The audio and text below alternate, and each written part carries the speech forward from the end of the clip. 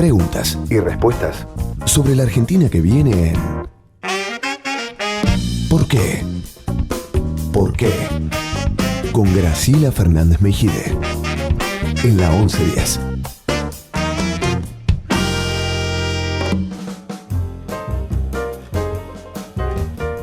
Bueno, seguimos con Miguel Blanco, director de Swiss Medical Group, y con Jaime Campos, que preside, para achicar, ¿no?, toda la cuestión, todo lo que son, la Asociación Empresaria Argentina.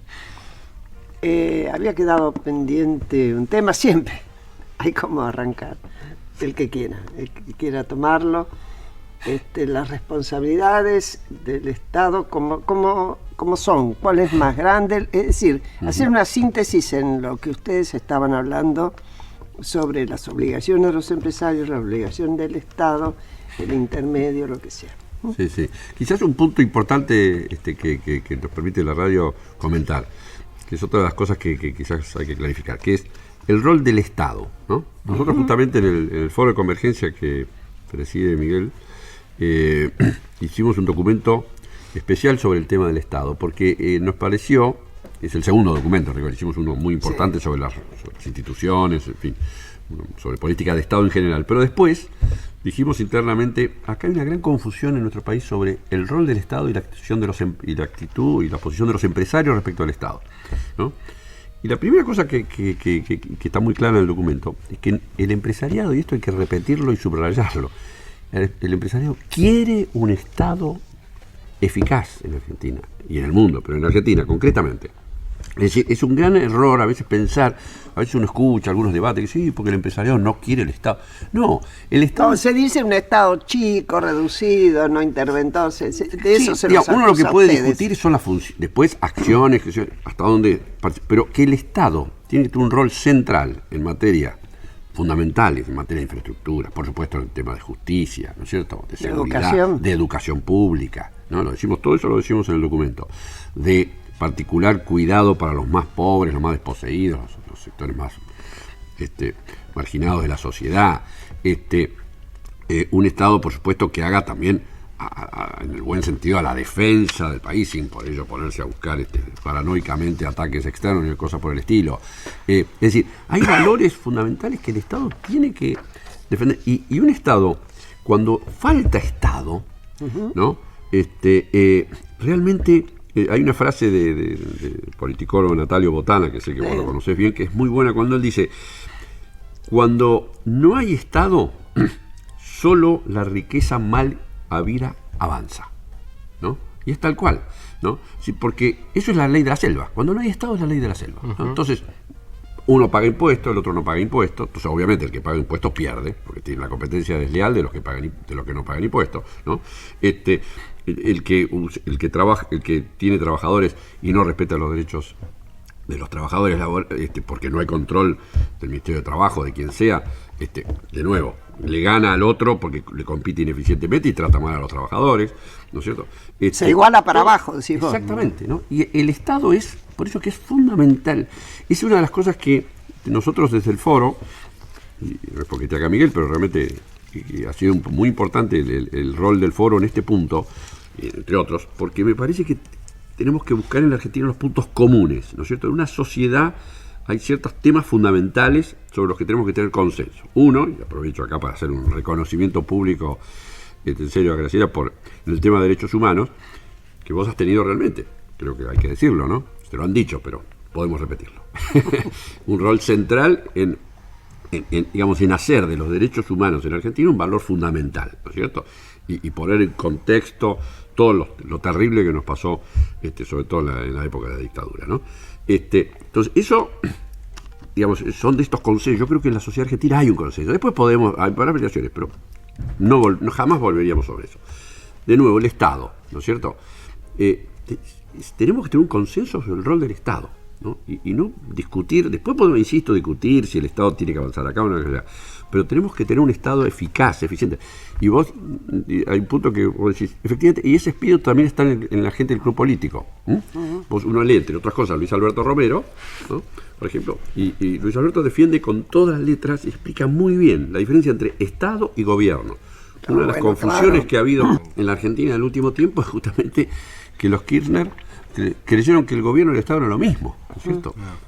Que era de ellos, además. Pablo, ¿sí? Vos querías preguntar, Pablo. Sí, Miguel, no sé si quiere Sí, aportar sí, algo en yo esta no, dirección.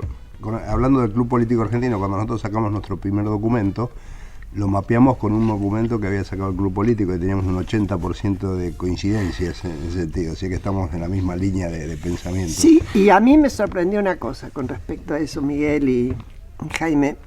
Yo había leído otros documentos de empresariados y demás.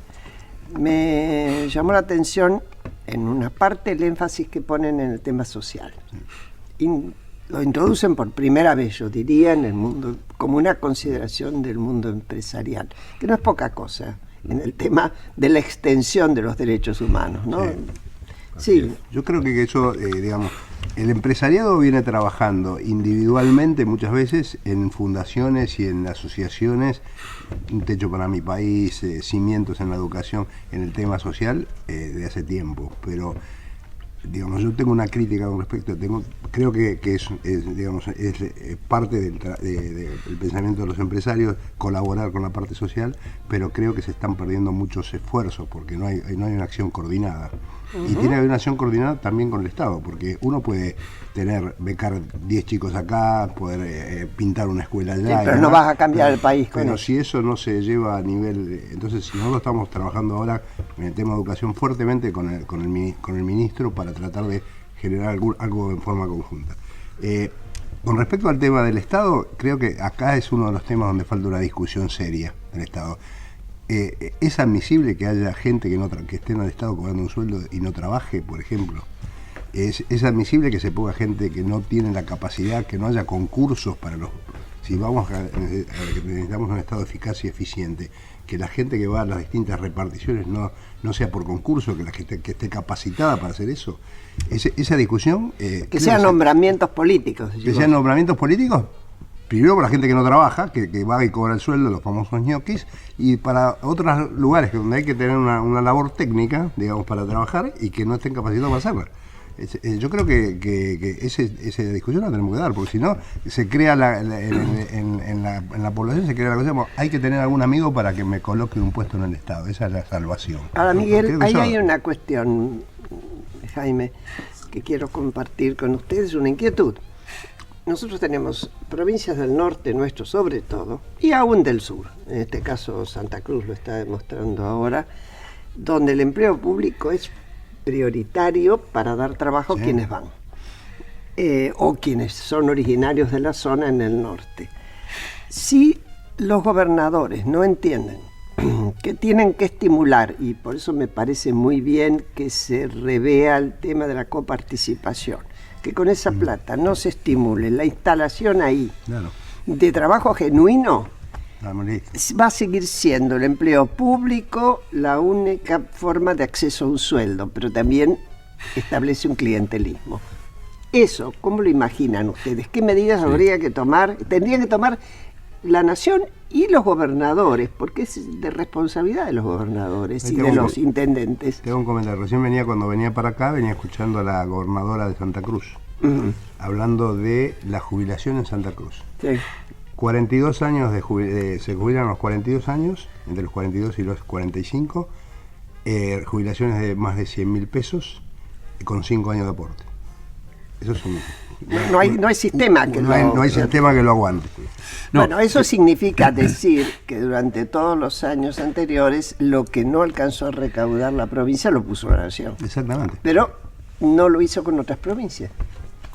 El punto Sí, que vos das es muy importante, Graciela, realmente. Y acá yo haría dos comentarios, uno de coyuntura y uno de fondo. El de coyuntura, a veces se dice, y el gobierno creo que ahí, digamos, tendría que explicarlo con más claridad. Animate a criticarlo. No, sí, no. Con más claridad. El mejor lo explica es, la verdad, es Frigerio esto. Sí. Que es, a veces se dice, Que no le porque pidan a Aranguren que explique. que las primeras medidas no tuvieron que ver con la gente. A ver, la quita de retenciones, yo creo que eso a veces, ese comentario, esa crítica que se hace, es un comentario muy porteño, digamos. La quita de retenciones benefició fundamentalmente a las economías regionales. cualquiera que conozca un poco la Argentina sabe lo mal que estaba, no digo que ahora estén perfectos, pero sin duda, con la retención no tenían ninguna posibilidad todas las economías regionales. Y las economías regionales son empresarios y trabajadores de esos lugares, ¿no es cierto? La devaluación benefició fundamentalmente también a una cantidad de sectores argentinos que pueden exportar, de nuevo, en buena medida sectores vinculados con las economías regionales, ¿no? Entonces digo esto porque, muy importante, otro tema que también lo dice Frigerio bien, se lo que es, a veces desde aquí criticamos que le hayan bajado las retenciones a la minería, ¿no? Porque claro, uno asocia minería a grandes empresas, entonces parece que fuera un beneficio. Además, poco cuidado con el medio ambiente. Exactamente. ¿No? Ahora, lo que es verdad es que para algunas provincias en particular, ¿cierto?, las que están obviamente sobre el límite con Chile, la actividad minera es probablemente una de las pocas actividades que pueden desarrollarse. Ahora, en Argentina a veces tenemos ese defecto. Bueno, como hay problemas con el medio ambiente, entonces no hagamos nada de minería. Pero, entonces le quitamos a esas provincias una de las fuentes fundamentales de actividad. Cuando la minería bien hecha, se hace en Canadá, se hace en Australia, se hace en Francia, países desarrollados, bien que hecha, cuidan ¿qué el medio significa? ambiente. Que cuidan Cuidando el medio ambiente. Exactamente, tomando todas las medidas para cuidar el medio Y ambiente. ahí el Estado tiene que estar. Exactamente. No ser exactamente. concesivo en eso. Yo creo que tiene que estar Exactamente. el Estado y tienen que estar las comunidades, porque lo que no solo el medio ambiente, digamos, ahora se está por ir minera lumbrera después su explotación. ¿Qué deja minera lumbrera? Debería dejar algo sustentable en esa comunidad. Debería dejar, digamos, escuelas, debería dejar industrias que puedan seguir operando, y eso la comunidad tiene que tener mucha participación, porque si no va a quedar un agujero en la tierra y nada. Sí, pero fíjate, ¿no?, que en mi experiencia, en un lugar que Los Antiguos, Sí, claro. que es al Santa Cruz. norte de Santa Cruz, yo pasé ahí 2 semanas, es un lugar hermosísimo y demás. Se estaba pensando en extracción y una parte pequeñísima de la sociedad decía no, por la polución van a estropear todo esto, que es un lugar ideal, el clima y todo. Ahora, otra parte de la población era no solo acrítica, sino que estaba a favor de, Claro, para conseguir trabajo. Este balance... y para arraigar gente en el lugar. Y si no se tienen que emigran. ir, si no se van. Ahora, es verdad que también tenemos que pensar en el futuro. Hay una propaganda que ustedes la deben haber visto, larga, donde al final habla la naturaleza y la naturaleza termina diciendo: a ver, hombres, entiendan, yo no los necesito a ustedes. Los que me necesitan son ustedes, no me destruyan. Sí. Seguimos enseguida. Está bueno.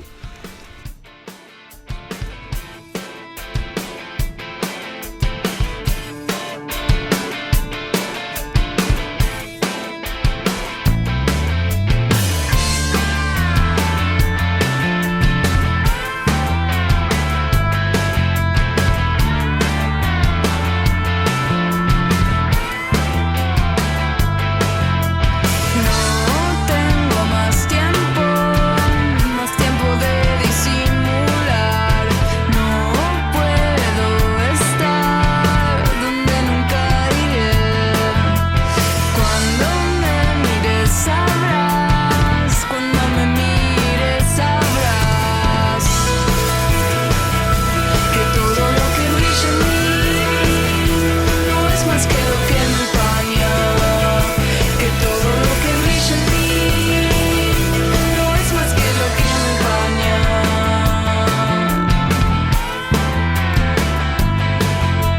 Puedo ser tan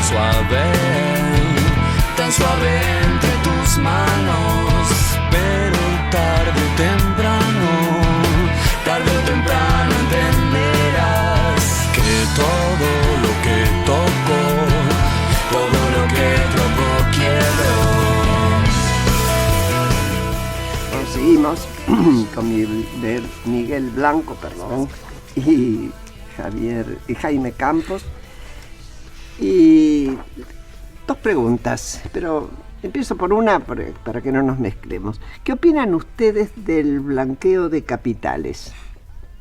Porque eso supone obtener una vuelta de capital nacional a las arcas fiscales con los impuestos y demás, y supone también atender el problema de los jubilados y otros problemas, ¿no? De ser exitoso. Yo creo que después de lo que ha vivido Argentina en los últimos años, donde no había forma de proteger el capital, digamos, de la empresa o los ahorros, porque no se podía invertir en dólares y demás, se ha generado probablemente, no hablemos de los grandes capitales, pero en la clase media, una tendencia a, digamos, comprar dólares y guardarlos y no declararlos, ¿no? Yo creo que hay que dar, si, digamos, la cosa se normaliza, es una buena medida para poder reingresar ese dinero a la actividad productiva, ¿no? Así que yo creo que hoy es una buena medida. Es verdad también que castiga a los que siempre han pagado sus impuestos, pero bueno, hay que reconocerlo y tener una buena discusión. Creo que es importante que esto se discuta en el Congreso, con amplia participación. El hecho de que digamos, hoy tengamos un Congreso dividido, que nadie tiene, me parece muy útil, porque ahí van a salir todos los argumentos. El tema de la deuda de los jubilados, creo que es lo que ha ocurrido con los jubilados, que digamos el ANSES ha discutido una cosa que era totalmente injusta hasta la Corte Suprema, y después no les paga a pesar de tener el fallo en contra. A pesar de haber perdido el ANSES, que no se puede, es indefendible, entonces es una necesidad clara. Y es una medida dinamizadora porque también seguro, va directamente a consumo. Sí, por lo general. Va a ir al consumo.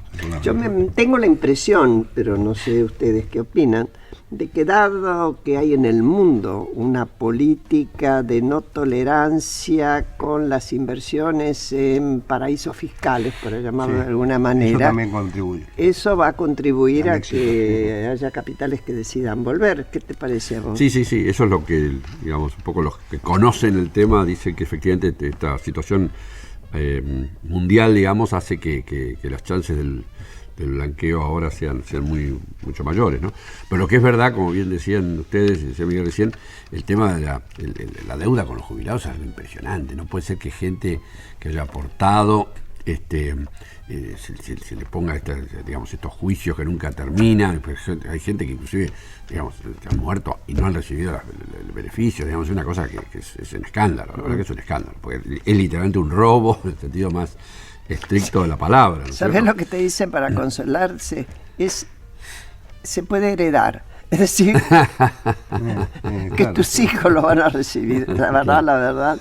Sí, no es muy... De todas maneras, todo el tema de jubilación es un tema para discutir seriamente también, sí, ¿no? Porque las expectativas de vida, todas las indicaciones dicen que van a aumentar en los próximos años. Hay quien dice que en los próximos 20 años se va a ir de 80 a más de 100 años la expectativa de vida, y el tema jubilaciones y el sistema jubilatorio es un tema de discusión en el mundo, ¿no? Sí, se está hablando de subir la edad. Discutir seriamente. Hablando del blanqueo de capitales, recordemos que hubo un blanqueo de capitales por el anterior gobierno. ¿Por qué consideran que fracasó, o como muchos dicen que fracasó? ¿Ustedes qué opinión les merecen? A ver, yo lo que escucho ahí, como tantos otros temas, Miguel sabe bastante más que yo de esto. Pero yo lo que diría es, lo que uno escucha es que uno es efectivamente este marco internacional que muy bien señaló recién Graciela, es decir que realmente las normas internacionales hacen que los paraísos fiscales realmente sean cada vez haya más limitaciones para operar en esos paraísos fiscales, por lo tanto, digamos, va a ser más difícil tener la plata en esos lugares. Y eso puede incentivar a que argentinos que la tengan en esos lugares puedan aprovecharse del blanqueo. Pero en segundo lugar, me parece que es muy importante el marco de este gobierno. Me parece que el gobierno es un gobierno en el cual uno puede creer que van a hacer un blanqueo que va a respetar, digamos, con normas, por un lado, exigentes. Me gustó mucho la declaración de Abate, en el sentido que tiene que ser caro, digamos, tampoco es cuestión de hacerla premiar exacto al que sobre todo al que evadió, ¿no? Sino que realmente sea caro, que se den beneficios para aquellos que inclusive que ingresan la plata para proyectos productivos. Claro. Todavía no conozco la letra chica del proyecto, pero entiendo que eso también está, ¿no? Entonces esto me parece que le da, y en un momento en que la Argentina va a entrar en una nueva etapa, y una etapa de crecimiento, yo veo claramente con mucha menor inflación, me parece que entonces sí, esos recursos pueden ser muy importantes porque pueden dinamizar la economía, como bien decía. El tema de la confianza, una vez más, fundamental, es clave. Porque digamos, la definición sería voy a traer la plata a un lugar que son mis ahorros que yo tengo para, digamos, cuando sea grande y no pueda vivir de la jubilación, a un lugar donde me la pueden confiscar de un día para otro. Claro, no, es totalmente El tema de confianza comprensible, de ¿no? instituciones es fundamental. Exactamente. Y la otra pregunta es, hay quienes promueven en la iglesia mucho en este tiempo que el gobierno impulse un acuerdo político-social amplio, ¿no? El gobierno de Macri parece remiso en hacer esto. Yo he escuchado ya definiciones según las cuales creen que no es imprescindible, sí están dispuestos obviamente a promover, no les queda otra, que se discutan los temas en el Congreso. ¿Ustedes qué opinan de esto? A ver, la impresión que yo tengo es, por una parte, yo creo que el mensaje fundamental de la Iglesia no tiene otra respuesta posible que un sí. Digo, ¿en qué sentido? Es decir, el acuerdo social de fondo, el diálogo social, para ser más claro, es algo que toda sociedad debe promover, ¿no es cierto? Porque yo estoy convencido que muchos de los conflictos en una sociedad se dan simplemente porque la gente no habla, no se comunica, no entiende lo que realmente le pasa al otro. Así que el diálogo social tiene que ser siempre algo que se tiene que trabajar y fortalecer. Yo en ese sentido veo realmente que el gobierno, y concretamente el presidente, por un estilo personal, uno ve que él trabaja en equipo. Es decir, es una persona, y lo ha demostrado en su paso por Boca, y lo ha pasado en su paso por el gobierno de la ciudad. Realmente él hace del diálogo con el equipo de gobierno y con otras fuerzas sociales algo importante. Eso lo tiene adentro, no es algo que no es impostado. Exacto, no es impostado, exacto, esa es la palabra. Y se ve que tiene diálogo con los sindicalistas, tiene diálogo con el mundo empresario, en fin, me parece que eso sí. La discusión es un poco si a ese diálogo darle institucionalidad, ¿no? Digamos, nosotros, esto es un tema absolutamente muy opinado, nosotros desde la EA tenemos reuniones en estos últimos tiempos con dirigentes sindicales, ¿no? Porque nos pareció que era muy importante que nosotros escuchemos cómo ven la realidad argentina los dirigentes sindicales y a su vez los dirigentes sindicales escuchen cómo ven la cosa desde el lado de las empresas, de los empresarios, y uno se da cuenta que en ese diálogo surgen temas, por ejemplo, que por ahí no hubiéramos visto. Por ejemplo, para ser muy concreto, una de las preocupaciones fundamentales de los dirigentes sindicales hoy es la presencia de la droga entre trabajadores, ¿no? Es un tema muy preocupante, porque tiene una serie de efectos. Y por supuesto, obviamente a los empresarios les preocupa muchísimo también el tema de la droga. Entonces, ¿qué podemos hacer? ¿Qué se puede hacer para que la droga en el ambiente laboral realmente no afecte a los trabajadores, no afecte la actividad productiva, ¿no? Bueno, es un tema que en las charlas inicialmente yo no hubiera pensado que iba a surgir y aparece muy fuerte como una preocupación, ¿no es cierto? Tenemos que trabajar en conjunto, por supuesto también con el Estado, para atacar este flagelo que es el tema de la droga. Entonces, así que, ahora, contestando muy puntualmente tu pregunta, evidentemente la duda es ¿qué grado de institucionalidad? Bueno, eso ya es un tema que uno es más difícil de preverlo. El gobierno, obviamente, lo que está diciendo es, bueno, el diálogo, el lugar más fuerte, más natural de un diálogo profundo, etcétera, es el Congreso. Y, bueno, ellos evidentemente lo que están proponiendo es que ese diálogo sea para proyectos específicos, ¿verdad? Entonces, bueno, así como estuvo el del proyecto con los fondos buitres o los holdouts, luego, bueno, no con mucho éxito, pero el intento del diálogo sobre los proyectos de despidos, ahora, bueno, se abre el diálogo sobre el tema del nuevo proyecto de jubilación, etcétera, ¿no? Pero lo que es importante es que no dejar de tener presente que el diálogo hay que mantenerlo siempre. Después, si se le da institucionalidad y qué grado, bueno, ya es un tema discutible, ¿no? ¿Miguel? Sí, en ese sentido yo estoy de acuerdo. Nosotros venimos promoviendo el diálogo desde nuestro primer documento en el Foro de Convergencia. Creemos que la cosa pasa por discutir las cosas y con seriedad y con datos, ¿no? Como dice Jaime muy bien, el tema es si los acuerdos que se logran son vinculantes o no. Si estamos, reemplazando al Congreso o a las instituciones que prevé la Constitución por una nueva que genera decisiones que hay que acatar. Creo que ahí debe estar la discusión planteada y que creo que hay que hacerlo, ¿no? Esa es una... Sí, perdón. No. No, creo que la Iglesia es fundamental en esto para darle racionalidad a esto. Creo que tiene que ser. Lo fue en el año 2001-2002, cuando en el momento de la crisis. Lamentablemente no siguió eso, pero, no fue escuchado ese. Pero creo que fue una oportunidad que se perdió. Una pregunta y les pido respuesta cortita, porque se nos va el programa. ¿Qué opinión les merece este camino que están recorriendo las centrales sindicales hacia una unificación?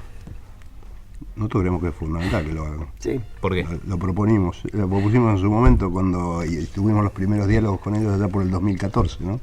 Que creíamos que de la misma manera que tiene que haber una voz unificada de los empresarios para poder participar en el diálogo seriamente, también tiene que haber lo de los trabajadores. Cuando hay más de una, empiezan a pelearse entre ellos, ¿no? Entonces yo creo que tiene que haber, de la misma manera que tiene que haber un diálogo entre los empresarios, y en el foro tenemos de todo tipo de actividades y tamaños, y hemos podido sentarnos en una mesa y llegar a acuerdos. Los sindicalistas deberían hacer lo mismo, ¿no? Ellos lo tienen claro también, ¿no? Yo creo que lo hacen, la separación tiene motivos tácticos. Sí, por claro, supuesto. clarísimo. Por supuesto.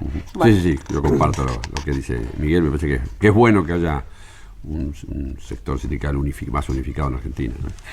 yo tengo que agradecerles la presencia de Jaime Campos, de la Asociación Empresaria Argentina, y a Miguel Blanco, presidente del Foro de Convergencia Social, porque la verdad que trajeron la mirada de, yo creo que representación de muchos empresarios, ¿no? Es una mirada esperanzada, razonablemente con expectativas, apuestan al crecimiento, apuestan, como todos nosotros, a que descienda la inflación. Yo creo que una cosa está muy ligada con la otra. Reconocen las necesidades sociales, el tema de los derechos humanos de segunda y tercera generación, de segunda cuando es culturales, sociales y económicos, tercera, entre otros, el derecho al medio ambiente, aun cuando digan, bueno, las industrias extractivas no hay que desperdiciarlas. Estoy haciendo un resumen muy rápido. Le agradezco a usted que nos esté escuchando. Esto se hace en el marco grande del Bicentenario, todas estas charlas, y vamos a ir teniendo sectores que representan distintos aspectos de nuestra sociedad. Hasta el domingo próximo, sigan la 11:10. Muchas gracias.